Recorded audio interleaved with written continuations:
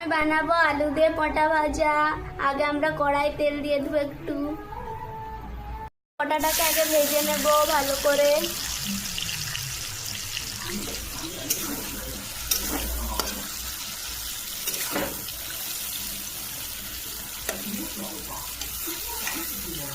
আমরা রসুনটা দিয়ে দিয়েছি, এবারে এটা বাদামি কালারের হবে।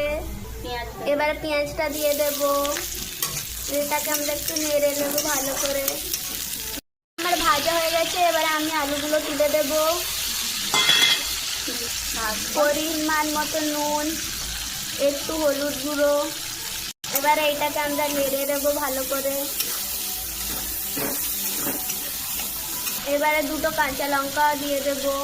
বন্ধুরা, আলু দিয়ে তেল পটা রেডি হয়ে গেছে। এটাকে আমি নামিয়ে নিয়েছি।